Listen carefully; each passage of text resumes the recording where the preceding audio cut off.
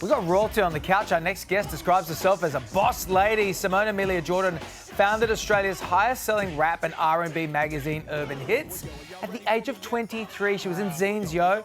Then she moved to New York to become the director of the iconic hip-hop Bible, The Source. She has had a career. She's interviewed everyone from Riri to J-Lo to Nicki Minaj. And now Simone is putting all she's learnt and experienced into a new book. It's called Tell Her She's Dreaming. Yeah. And she joins us live in studio. Good morning, Simone. Hey, Simone. Good morning, guys. Congrats on the book. Let's go back to the beginning. How did a little girl on the New South Wales Central Coast get deep into the world of hip-hop?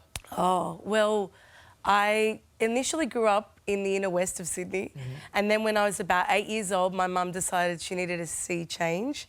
So my mum, my grandma, mum was a single mum, and my grandma, my little sister and me moved to Point Clare on the Central Coast in the late 80s as one of very few, I guess, Lebanese Australian families at the time.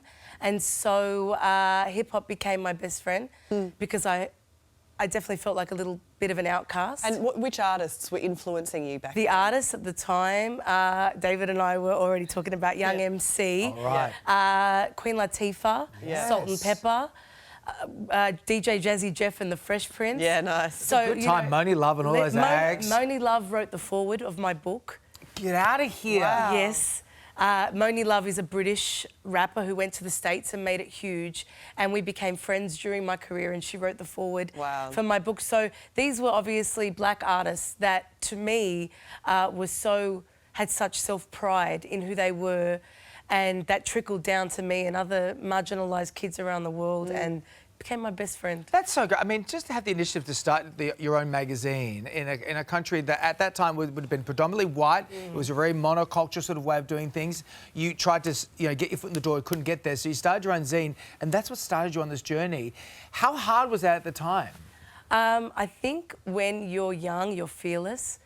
So in hindsight, it was very hard, but at that age, in my early 20s, I had no other choice, right? I was trying to kick doors down. I wasn't getting accepted into roles that I believed I deserved.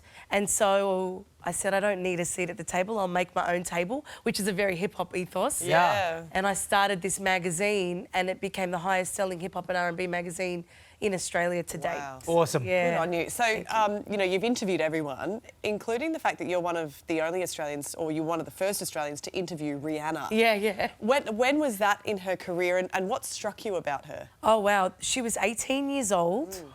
It was her first visit to Australia. Wow. We were in her hotel room, and it was very casual. She was very shy, but she was also very self-assured. I picked up on that straight away. And at 18, she was very clear on where she wanted her musical journey to go. So she didn't want to be pigeonholed as an R&B artist, a hip-hop artist, even a reggae artist. She wanted to touch every type of genre. And she did that, which was amazing. Which is, at that time, people were still being compartmentalised in music. So we're so used to that now. You spoke to J-Lo for the movie Wedding Planner. What happened there? Obviously, I'm still influenced by J-Lo. Yeah, I love it. This was, again, I was 20 years old. I was an editorial assistant at a music magazine called Juice, which was a rock music magazine. You remember? I remember Juice. Yes, and so I put my hand up to interview J-Lo, and no one else wanted to do it. And I was like, what? Wow. Yes. They were like, no, you can do it, Simone. I'm like, I've never interviewed anybody big before.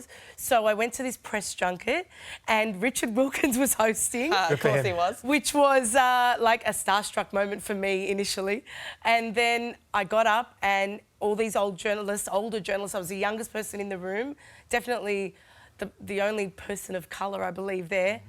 And I said to her, I started crying. I said, you mean so much to me, what you represent.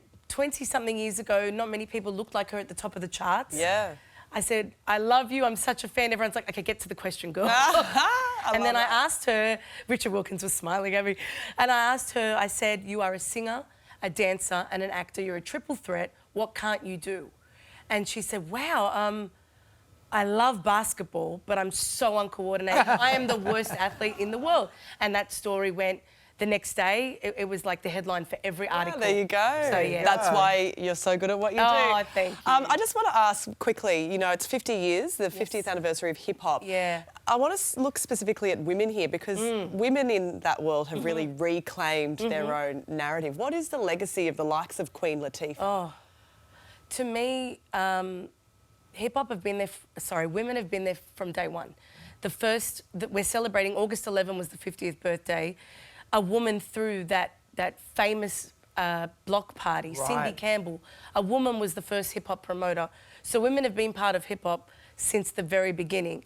And there were times and eras through the 50 years where women got probably the raw end of the deal, but they remained steadfast, especially black women, through the culture.